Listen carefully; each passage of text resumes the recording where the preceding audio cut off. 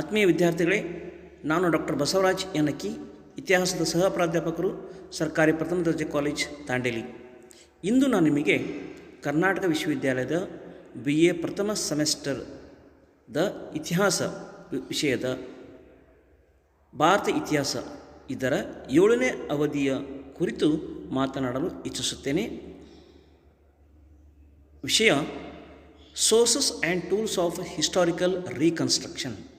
ಇತಿಹಾಸ ರಚನೆಯಲ್ಲಿ ನೆರವಾಗುವ ಮೂಲಾಧಾರಗಳು, ಆರ್ಕಿಯಾಲಜಿಕಲ್ ಮತ್ತು ಲಿಟರರಿ ಸೋರ್ಸಸ್. ಇದರಡಿಯಲ್ಲಿ ನಾವು ಯಾವ ರೀತಿ ಮೂಲಾಧಾರಗಳನ್ನು ವರ್ಗೀಕರಿಸ್ತೇವೆ, ಅವುಗಳ ಮಹತ್ವ ಅಥವಾ ಅವುಗಳ ಪ್ರಾಮುಖ್ಯತೆ ಏನು ಅನ್ನೋದನ್ನು ನಾವು ಇವತ್ತು ನೋಡೋಣಂತ. ಮೊದಲನೇದಾಗಿ ಈ ಮೂಲಾಧಾರಗಳ ಅಂದರೆ ಏನು ಅನ್ನೋದು ನೋಡೋದಾದರೆ, the study of ancient past we have to depend on various types of sources. ಇತಿಹಾಸ ಅನ್ನೋದು ಕೇವಲ ಕಾಲ್ಪನಿಕ ಕಥೆ ಅಲ್ಲ, ಅದು ಅನೇಕ ಮತ್ತು ವಿವಿಧ ಪ್ರಕಾರದ ಮೂಲಾಧಾರಗಳಿಂದ ಆಯ್ದುಕೊಂಡ ವಿಷಯಗಳಿಂದ ರಚಿತವಾಗಿದೆ. ಇತಿಹಾಸವನ್ನು ಸಂಪೂರ್ಣವಾಗಿ ದಾಖಲೆ ಆಧಾರಿತವಾಗಿ ಅದನ್ನು ರಚಿಸಲಾಗಿದೆ. ಮೂಲಾಧಾರಗಳು ಇಲ್ಲದೆ ಇತಿಹಾಸ ಇರುವುದಿಲ್ಲ. ಹೀಗಾಗಿ ಮೂಲಾಧಾರಗಳು ಇತಿಹಾಸ ರಚನೆಯಲ್ಲಿ ಅತ್ಯಂತ ಮಹತ್ವದ ಪಾತ್ರವನ್ನು ವಹಿಸ್ತವೆ. In order to reconstruct or in order to write the history of the past, we have to depend upon different types of sources, and history is written completely based on sources. Hence it is said that there is no history without sources. Hence sources are the soul of history. Sources are essential to write the history of the past. ಇತಿಹಾಸವನ್ನು ರಚಿಸಬೇಕಾದರೆ ನಮಗೆ ಮೂಲಾಧಾರಗಳ ಅವಶ್ಯಕತೆ ಇದೆ. ಅವು ನಮಗೆ ಅನೇಕ ವಿಷಯಗಳನ್ನು ವಿವರಿಸುತ್ತವೆ. ಈ ಮೂಲಾಧಾರಗಳು ಅತ್ಯಂತ ಅಧಿಕೃತವಾದಂಥ ಮೂಲಾಧಾರಗಳು. ಏಕೆಂದರೆ ಈ ಮೂಲಾಧಾರಗಳನ್ನು ರಾಜಮನೆತನದವರು ಹೊರಡಿಸಿರೋದ್ರಿಂದ ಅಥವಾ ರಾಜನ ಆಶ್ರಯದಲ್ಲಿ ಸಾಹಿತ್ಯಕಾರರು, ವಿದ್ವಾಂಸರು ರಚಿಸುವುದರಿಂದ ಅವುಗಳು ಒಳಗೊಂಡಿರ್ತಕ್ಕಂಥ ವಿಷಯಗಳು ಅಧಿಕೃತವಾಗಿರ್ತವೆ. ಹೀಗಾಗಿ ಅವುಗಳಿಗೆ ಹೆಚ್ಚಿನ ಮಹತ್ವ ಇರ್ತವೆ. ಪ್ರಾಚೀನ ಕಾಲದಲ್ಲಿ ಭಾರತದ ಬಗ್ಗೆ ಹೇಳ್ತಾ ಇದ್ದರು. ಏನಪ್ಪ ಅಂತಂದ್ರೆ, one of the gravest defect of Indian culture which defy rational explanation is the dislike of Indians to writing history. ಪ್ರಾಚೀನ ಭಾರತದಲ್ಲಿ ಜನರು ಇತಿಹಾಸದ ರಚನೆಗೆ ಹೆಚ್ಚು ಗಮನವನ್ನು ನೀಡುತ್ತಿದ್ದಿಲ್ಲ. R.C. ಮಜುಮ್ದಾರ್ ಹೇಳೋ ಪ್ರಕಾರ ಪ್ರಾಚೀನ ಭಾರತದಲ್ಲಿ ಜನರು ತಮ್ಮ ಸಂಸ್ಕೃತಿ ಮತ್ತು ಪರಂಪರೆ ಕುರಿತು ಹೆಚ್ಚಿನ ಒಂದು ಇತಿಹಾಸವನ್ನು ರಚನೆ ಮಾಡಲಿಲ್ಲ. ಅವರು ಅದರ ಬಗ್ಗೆ ಹೆಚ್ಚಿನ ಆಸಕ್ತಿಯನ್ನು ಹೊಂದಿರಲಿಲ್ಲ ಅಂತ ಹೇಳ್ತಾರೆ. ಅದೇ ರೀತಿಯಾಗಿ Alberuni says, the Indians do not pay much attention to the historical order of things.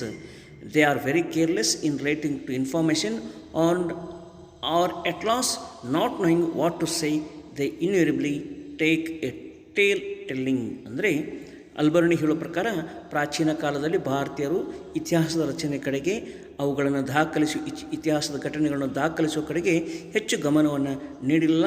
ಅವರು ಭಾಳ ನಿಷ್ಕಾಳಜಿಯನ್ನು ಹೊಂದಿದ್ದರು. ಕೇವಲ ಕಥೆಯನ್ನು ಹೇಳೋದರಲ್ಲಿ ಹೆಚ್ಚು ಜನಪ್ರಿಯರಾಗಿದ್ದರು ಅಂಥೇಳಿ ಅಲ್ಬರ್ನಿ ಹೇಳ್ತಾನೆ. ಆದರೆ historical treatise and some other facts testify historical sense among the ancient Indians. ಆದರೆ ಪ್ರಾಚೀನ ಕಾಲದಲ್ಲಿ ರಚನೆಯಾದಂಥ ವೇದಗಳು, ಉಪನಿಷತ್ತುಗಳು, ಪುರಾಣಗಳು, ಸ್ಮೃತಿಗಳು, ಬ್ರಾಹ್ಮಣಗಳು, ಅರಣ್ಯಕಗಳನ್ನು ನೋಡಿದರೆ ಭಾರತೀಯರಲ್ಲಿ ಇತಿಹಾಸವನ್ನು ದಾಖಲಿಸುವ ಬಗ್ಗೆ ಹೆಚ್ಚಿನ ಆಸಕ್ತಿ ಇತ್ತು ಅನ್ನೋದು ನಮಗೆ ಕಂಡುಬರ್ತದೆ. ಹೀಗಾಗಿ ಅನೇಕ ಸಂಸ್ಕೃತ ಕಾವ್ಯಗಳು, ಮಹಾಕಾವ್ಯಗಳು ನಮಗೆ ಇಂದಿಗೂ ಸಹ ಲಭ್ಯವಾಗಿದ್ದಾವೆ. ಅಷ್ಟೇ ಅಲ್ಲ, ಅನೇಕ ಶಾಸನಗಳಲ್ಲೂ ಸಹಿತ ನಾವು ವಿವಿಧ ಪ್ರಕಾರದ ಶಾಸನಗಳು ನಮಗೆ ಲಭ್ಯವಿರುತ್ತವೆ. ಅವು ಸತಿಗಲ್ಲಿರ್ಬೋದು, ವೀರಗಲ್ಲುಗಳಿರ್ಬೋದು, ಅದೇ ರೀತಿಯಾಗಿ ನಿಷೇಧಿಗಲ್ಲುಗಳಿರ್ಬೋದು. ಇವುಗಳೆಲ್ಲ ನೋಡಿದಾಗ ಪ್ರಾಚೀನ ಕಾಲದಲ್ಲೂ ಸಹಿತ ಜನರಿಗೆ ವಿವಿಧ ವಿಷಯಗಳನ್ನು ಪೇಪರು ಮತ್ತು ಪೆನ್ನು ಇಲ್ಲದೇ ಇದ್ದಂಥ ಸಂದರ್ಭದಲ್ಲೂ ಸಹಿತ ಕಲ್ಲಿನ ಮೇಲೆ, ತಾಮ್ರಪತ್ರಗಳ ಮೇಲೆ ಮತ್ತು ತಾಳೆ ಎಲೆಗಳ ಮೇಲೆ ದಾಖಲಿಸುವ ಒಂದು ಸಂಪ್ರದಾಯ ಇತ್ತು ಅನ್ನೋದು ನಮಗೆ ಗೊತ್ತಾಗ್ತದೆ. ಹಾತಿಗುಪ್ಪ ಶಾಸನ, ಕಳಿಂಗ ರಾಜನ ಹಾತಿಗುಂಪ ಶಾಸನ ನಮಗೆ ಕಾರವೇಲ ರಾಜ ಮನೆತನದ ವಂಶಾವಳಿಯ ಬಗ್ಗೆ ನಮಗೆ ಸಂಪೂರ್ಣವಾದ ಮಾಹಿತಿ ಸಿಗುತ್ತದೆ. ಅಂದರೆ ಶಾಸನಗಳಲ್ಲಿ ದಾಖಲಿಸುವುದ ಮುಖ್ಯ ಉದ್ದೇಶ ಅದು ಶಾಶ್ವತವಾಗಿ ಉಳಿಬೇಕನ್ನೋ ಕಾರಣಕ್ಕಾಗಿ. ಅದೇ ರೀತಿ ರಾಜತರಂಗಿಣಿಯನ್ನು ರಚಿಸಿದಂಥ ಕಲ್ಲನ ನಮಗೆ ಕಾಶ್ಮೀರಿ ಇತಿಹಾಸವನ್ನು ಕುರಿತು ಸಂಪೂರ್ಣವಾದ ಮಾಹಿತಿಯನ್ನು ಕೊಡ್ತಾನೆ. ಹೀಗಾಗಿ ಕಲ್ಲನನ್ನು ಪ್ರಥಮ ಇತಿಹಾಸ ತಜ್ಞ ಅಂತೇಳಿ ನಾವು ಉಲ್ಲೇಖಿಸುವುದನ್ನು ಕಾಣ್ತೇವೆ. ಹೀಗಾಗಿ ಈ ಹಿನ್ನೆಲೆಯಲ್ಲಿ ಶಾಸನ, ಸಾಹಿತ್ಯಿಕ ಕೃತಿಗಳು ಇವುಗಳನ್ನು ಗಣನೆಗೆ ತೆಗೆದುಕೊಂಡಾಗ ಮುಖ್ಯವಾಗಿ ನಾವು ಮೂಲಾಧಾರಗಳನ್ನು, ಇತಿಹಾಸದ ಬಗ್ಗೆ ಬೆಳಕು ಚೆಲ್ಲುವ ಮೂಲಾಧಾರಗಳನ್ನು ಮುಖ್ಯವಾಗಿ ಎರಡು ರೀತಿಯಿಂದ ವರ್ಗೀಕರಿಸ್ತೇವೆ. ಒಂದು ಸಾಹಿತ್ಯಿಕ ಮೂಲಾಧಾರಗಳು, ಇನ್ನೊಂದು ಪ್ರಾಚ್ಯಶಾಸ್ತ್ರದ ಮೂಲಾಧಾರಗಳು. Here the sources which are helpful to write the history of the past are broadly classified into two groups. They are known as literary sources and archaeological sources. ಈ ಸಾಹಿತ್ಯ ಮೂಲಾಧಾರಗಳನ್ನು ಮತ್ತೆ ಅವುಗಳ ಲೇಖಕರನ್ನು ಆಧರಿಸಿ ಅವುಗಳನ್ನು ದೇಶೀಯ ಸಾಹಿತ್ಯ ಕೃತಿಗಳು ಮತ್ತು ವಿದೇಶ ಸಾಹಿತ್ಯ ಕೃತಿಗಳು ಅಂಥೇಳಿ ಸಹಿತ ನಾವು ವಿಂಗಡಿಸಬಹುದು. Based on the ownership of the author's, the sources, the literary sources can be classified into indigenous sources and foreign sources. Here, once again, the indigenous literary sources can be classified into two broad categories. They are religious works and secular works. In religious source, there are Vedas, as I said earlier. There are books on Buddhist. There are books on Jainism. ಹೀಗೆ ಸಾಹಿತ್ಯಿಕ ಮೂಲಾಧಾರಗಳನ್ನು ಧಾರ್ಮಿಕ ಮೂಲಾಧಾರಗಳು ಮತ್ತು ಧಾರ್ಮಿಕೇತರ ಮೂಲಾಧಾರಗಳು ಅಂತ ಸಹಿತ ನಾವು ವರ್ಗೀಕರಿಸ್ತೀವಿ. ಧಾರ್ಮಿಕ ಮೂಲಾಧಾರಗಳಲ್ಲಿ ನಾವು ವೇದಗಳ ಬಗ್ಗೆ ಮಾತಾಡ್ತೀವಿ, ಬೌದ್ಧ ಕೃತಿಗಳ ಬಗ್ಗೆ ಮಾತಾಡ್ತೀವಿ, ಜೈನ ಕೃತಿಗಳ ಬಗ್ಗೆ ಮಾತಾಡ್ತೀವಿ, ಉಪನಿಷತ್ತುಗಳ ಬಗ್ಗೆ ಮಾತಾಡ್ತೀವಿ, ಮಹಾಕಾವ್ಯಗಳ ಬಗ್ಗೆ ಮಾತಾಡ್ತೀವಿ. ಹೀಗೆ ಸಾಹಿತ್ಯಿಕ ಮೂಲಾಧಾರಗಳನ್ನು ಅಧ್ಯಯನಕ್ಕೆ ಅನುಗುಣವಾಗಿ ಅವುಗಳನ್ನು ಧಾರ್ಮಿಕ ಮತ್ತು ಧಾರ್ಮಿಕೇತರ ಕೃತಿಗಳಂತೇಳಿ ವರ್ಗೀಕರಿಸುವುದನ್ನು ನಾವು ಕಾಣ್ತೀವಿ. ಅದೇ ರೀತಿಯಾಗಿ ವಿದೇಶ ಸಾಹಿತ್ಯ ಕೃತಿಗಳು ಸಹಿತ ನಮಗೆ ಹೆಚ್ಚಿನ ಸಂಖ್ಯೆಯಲ್ಲಿ ಲಭ್ಯವಿದ್ದಾವೆ.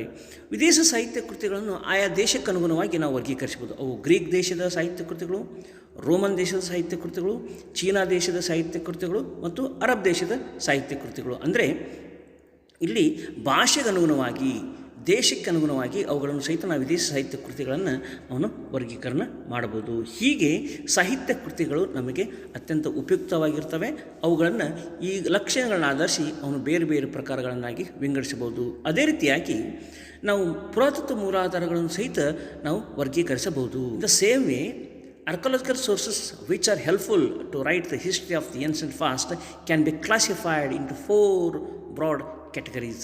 They are antiquities, which we get out of excavation, epigraphy, that is inscriptions, numismatics, that is study of coins, and monuments. ಈ ರೀತಿಯಾಗಿ ಪುರಾತತ್ವ ಮೂಲಾಧಾರಗಳನ್ನು ಸಹಿತ ನಾವು ಉತ್ಖನನದಲ್ಲಿ ಲಭ್ಯವಿರುವ ಅವಶೇಷಗಳು, ಶಾಸನಗಳು, ನಾಣ್ಯಗಳು ಮತ್ತು ಸ್ಮಾರಕಗಳಂತೇಳಿ ವರ್ಗೀಕರಿಸಬಹುದು. ಹೀಗೆ ಶಾಸನಗಳಲ್ಲಿ ಮತ್ತೆ ನಾವು ಅದನ್ನು ಹೆಚ್ಚಿನ ಒಂದು ಆಳವಾದ ಅಧ್ಯಯನಕ್ಕೆ ಒಳಪಡಿಸಿದಾಗ ನಮಗೆ ತಾಮ್ರಪಟದ ಶಾಸನಗಳು ಸಿಗ್ತವೆ. ಅದೇ ರೀತಿಯಾಗಿ ಶಿಲಾಶಾಸನಗಳು ಸಿಗ್ತವೆ. ಶಿಲಾಶಾಸನಗಳನ್ನು ಮತ್ತೆ ಸತಿಗಲ್ಲುಗಳು, ವೀರಗಲ್ಲುಗಳು, ನಿಷೇಧಿಗಲ್ಲುಗಳಂತೇಳಿ ವರ್ಗೀಕರಿಸಬಹುದು. ಇಲ್ಲಿ ನಮಗೆ ಆಡಳಿತಾತ್ಮಕ ಶಾಸನ ಸಿಗ್ತವೆ, ವಾಣಿಜ್ಯಾತ್ಮಕ ಶಾಸನ ಸಿಗ್ತವೆ, ಧಾರ್ಮಿಕ ದತ್ತಿ ಶಾಸನಗಳು ಸಿಗ್ತವೆ. ಜೊತೆಗೆ ಇನ್ನಿತರ ಕೆಲವು ಶಾಸನಗಳಲ್ಲಿ ನಮಗೆ ಯಾವುದೇ ರೀತಿಯ ಬರಹಗಳಿರುವುದಿಲ್ಲ, ಕೇವಲ ಶಿಲ್ಪಗಳು ಮಾತ್ರ ಇರ್ತವೆ. ಅಂಥ ಶಾಸನಗಳು ಸಹಿತ ನಮಗೆ ಹೆಚ್ಚಿನ ಸಂಖ್ಯೆಯಲ್ಲಿ ಲಭ್ಯವಾಗ್ತವೆ. ಅದೇ ರೀತಿಯಾಗಿ ನಾವು ತಾಮ್ರಪಟಗಳ ಶಾಸನ ನೋಡಿದಾಗ ಕೇವಲ ಇವು ನಮಗೆ ದತ್ತಿ ಶಾಸನಗಳಾಗಿರ್ತವೆ. ಅಂದರೆ ರಾಜ ಮಹಾರಾಜರು ವೈಯಕ್ತಿಕವಾಗಿ ವೀರ ಕೆಲಸ, ಧೀರ ಸಾಹಸ ಕೆಲಸವನ್ನು ಮಾಡಿದಂಥ ವ್ಯಕ್ತಿಗಳನ್ನು ಗುರುತಿಸಿ ಅವರಿಗೆ ವಿಶೇಷ ದಾನವನ್ನು, ಭೂದಾನವನ್ನು ಮಾಡಿರೋದ್ರ ಬಗ್ಗೆ ನಾವು ಕಾಣ್ತೀವಿ. ದೇವಾಲಯಗಳ ವೆಚ್ಚಕ್ಕಾಗಿ ಭೂದಾನ ಮಾಡಿದ್ರ ಬಗ್ಗೆ ಸಹಿತ ನಾವು ಕಾಣ್ತೀವಿ. ಅಂಥ ವಿಷಯವನ್ನು ನಮಗೆ ತಾಮ್ರಪಟ ಶಾಸನಗಳು ಸಹಿತ ಇಳಿಸ್ತವೆ.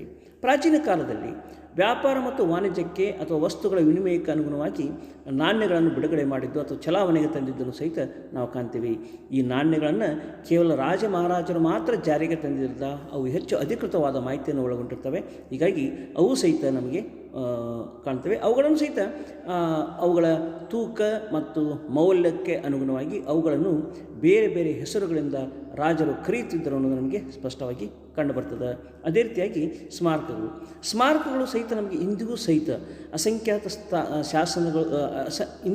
ಅಸಂಖ್ಯಾತ ಸ್ಮಾರಕಗಳು ಸಹಿತ ನಮಗೆ ದೇಶದಲ್ಲಿ ಲಭ್ಯವಿದ್ದಾವೆ.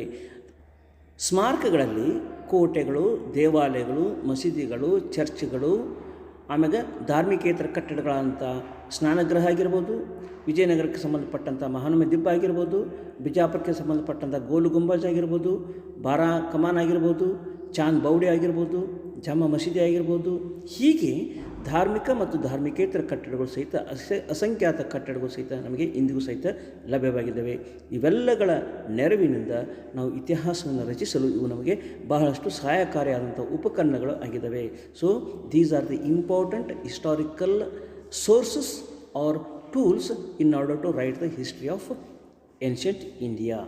So excavation remains or antiquities, inscriptions, both copper plates and inscriptions, and numismatics, that is different coins, and monuments. Monuments means forts, temples, basadis, chaityas, viharas, stupas, palaces, watchtowers, gateways are all helpful in order to write the history of the past. So this is about the broad classification of sources or tools of historical writing. Thank you.